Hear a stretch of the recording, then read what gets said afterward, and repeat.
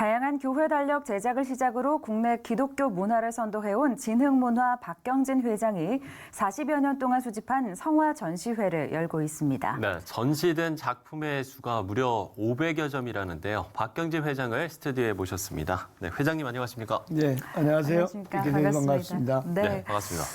앞서 소개해드린 성화 전시회 이달 말까지 진행될 예정이라고 저희가 전해드렸는데요. 예. 어떻게 이 성화들을 회장님께서 직접 모으신 작품들인가요? 저희 회사가 한 50여 년 동안 캘린더를 교회 캘린더, 성화 캘린더를 제작하는 회사로서 네.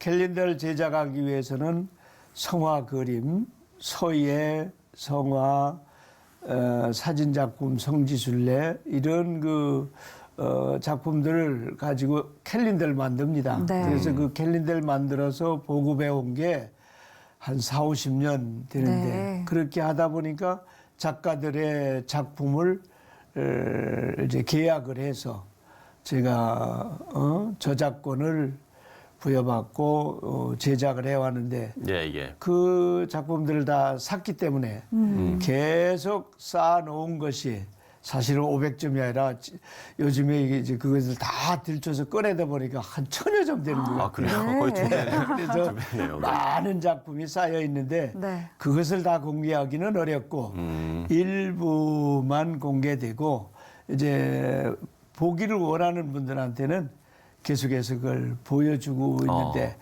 원래는 15일까지만 하려고 그랬는데 네. 아무래도 이게 너무 아까워서 말까지로 연장을 했습니다. 네. 그야말로 뭐 많은 분들에게 오히려 이게 연장됐기 때문에 네. 더 기쁜 소식이 될 수도 있을 것 같은데 좀 관심 있는 분들은 찾아가 보시면 상당히 좋을 것 네. 같습니다. 저희가 자연스럽게 이 진흥문화에 대한 이야기를 안 할 수가 없을 것 같은데요. 이 진흥문화를 설립을 언제 이제 하게 되신 거죠? 제가 70년대에 제가 서울에 무작정 상경을 해서 네. 이것저것 많은 일들을 하다가 손에 잡힌 것이 캘린더 주문반을 영업사원을 하다가 네. 마침내 이제 이 캘린더를 내가 만들면 어떨까 해서 성화 캘린더를 제작을 했는데 알고 보니까 그동안 우리나라에 성화 캘린더라고는 없었어요. 네. 그래서 그 성화 캘린더 제작하는 사실은 제가 원조가 됐습니다. 그렇군요.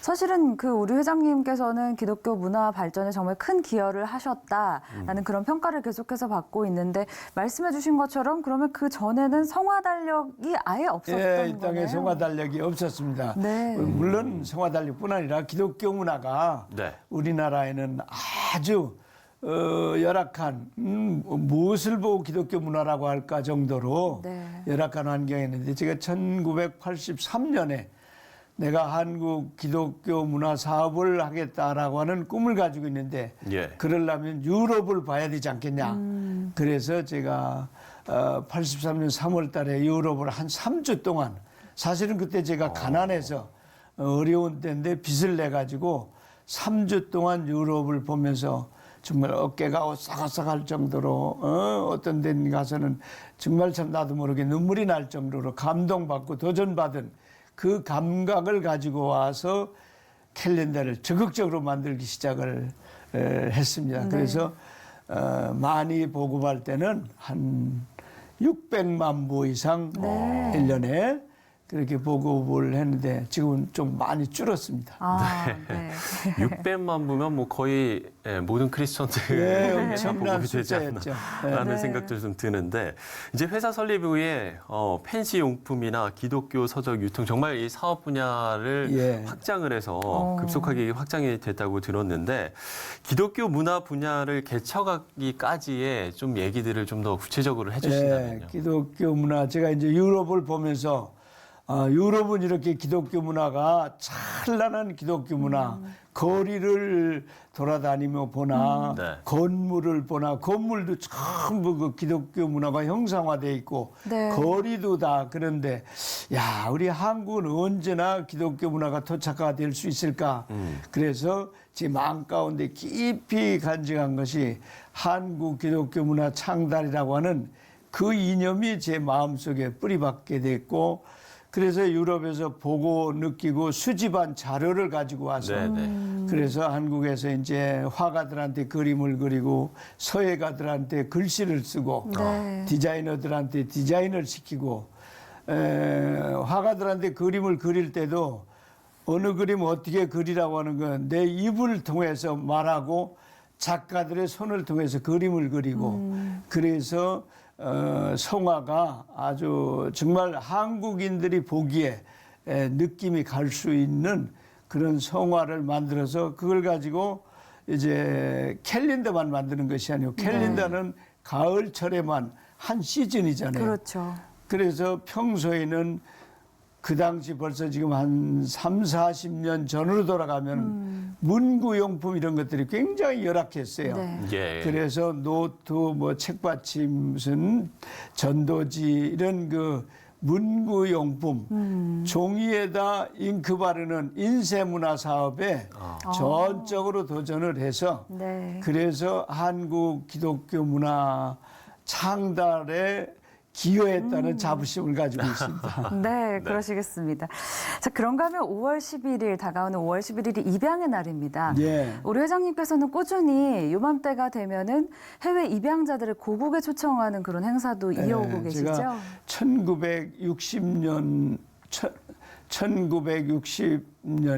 1996년이 창사 20주년의 해였습니다. 1996년이 그 창사 20주년을 되면서 맨주먹으로 시작해서 두세 사람이 일을 하다가 그때쯤 되니까 우리 지능 인원이 7, 80명, 100여 명에 가까운 지능 인원들이 늘어났습니다. 그렇게. 그래서 이제 20주년을 맞고 보니까 야, 사람이 나서 성년이 되면은 자율적으로 자기 몫을 감당해야 되는 시대인데 우리 회사도 이제 20주년 됐다. 성년의 해다. 금년부터는 우리가 우리만 먹고 사는데 그거밖에 게 아니라 좀 펼치고 나누고 베푸는 그런 일에 관심을 기울이자. 그래가지고 사내에서는 직원들의 우수 사원 선발해서 해외 연수라고 하는 이름으로 선진국의 미국이나 일본이나 또 그 당시 이제 그 중국 이런 데로 연수를 보내서 관광을 시키고 그러고 해외 입양아 프로그램을 96년 7월 달에 시작을 했습니다. 그래서 입양아들 첫 번 초청한 게 유럽에 있는 입양아들 초청을 했는데 18명이 왔어요. 그래 첫 번 18명을 데리고 국내 정말 서울을 비롯해서 용인 우리 민속촌 또 강원도 설악산을 비롯해 동해안으로 해서 부산 해운대 또 산업단지 그리고 이제 제주도까지 그래서 2주간을 이제 투어를 시킵니다. 그 다 안내하고 그렇게 투어를 시키면 그 당시만 해도 온 아이들이 조국에 대해서 모르잖아요. 한국에 대해서 어려서 입양돼서 나갔기 때문에 전혀 한국을 모르는데 나를 팔아먹은 나라, 나를 팔아먹은 부모 뭐하러 가냐 이런 그 선입감이 그들에게 있었는데 와서 봐라. 누가 너희를 팔아먹었냐. 누가 너희를 낳아서 팔았겠느냐.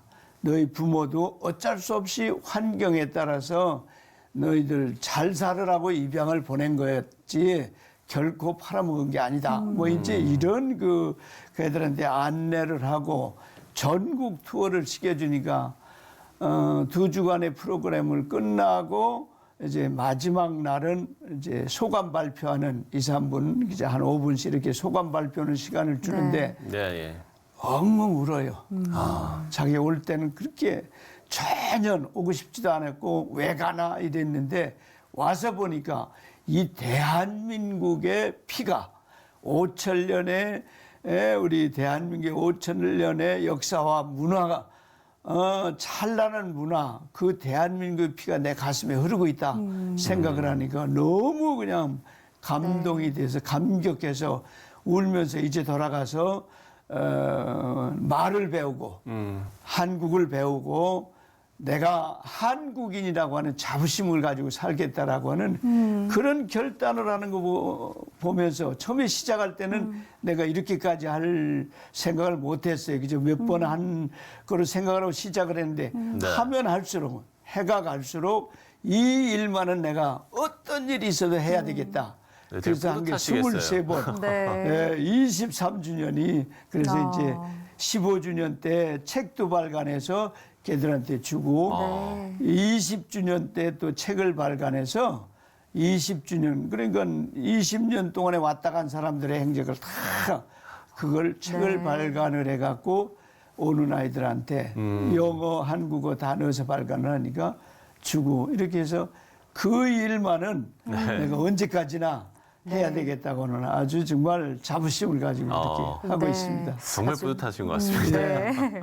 아주 귀한 사역을 하고 계신 것 같습니다. 그렇습니다. 그 진흥문화라는 회사를 읽어오시면서 기독교 문화에도 기여를 하시고 더 나아가서 하나님 나라 확장을 위해서 정말 그동안 오랜 시간 애써오셨다라는 그런 생각이 드는데요. 그렇다면 진흥문화가 가지고 있는 또 비전은 어떤 것인지 궁금한데요.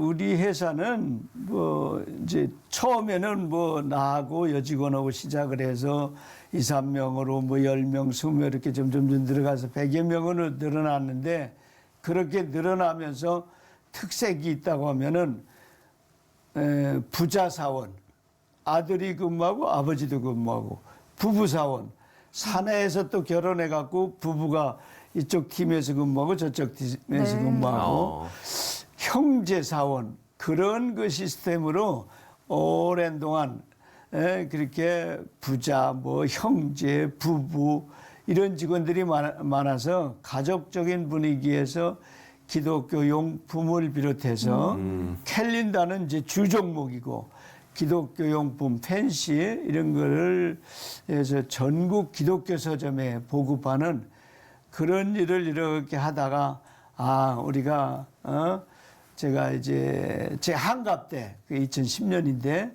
한갑 때 자녀들이 한갑잔치에, 야, 한갑잔치 할 돈으로 내놔라. 1억을 준비해서 이제 장학회를 만들어서 처음에는 사원들, 진흥의 사원이라면 자녀 교육 문제는 회사에다 맡겨라. 이런 그 생각으로 사원들에게 학자금을 주는 그런 장학회를 쭉 해오다가 그러다가 2000년도부터 그렇게 2000년에 제가 해갑이니까 해오다 2010년도에 네. 야 이럴 게 아니라 내가 뭐 이제 몇백 년 사는 것도 아닌데 내가 떠나면 이 일이 어떻게 이어질지 모르니까 이 장학재단을 완전히 시스템화해야 되겠다 그래갖고 법인 장학재단으로 저희 있는 이제 작은 부동산을 기부했어요. 장학재단에. 그래갖고 네, 네. 법인 설립을 해서 지금은 법인으로 돼 있어가지고 내가 없어도 그 건물에서 나오는 임대료가 1년에 한 7, 8천만 원 돼요.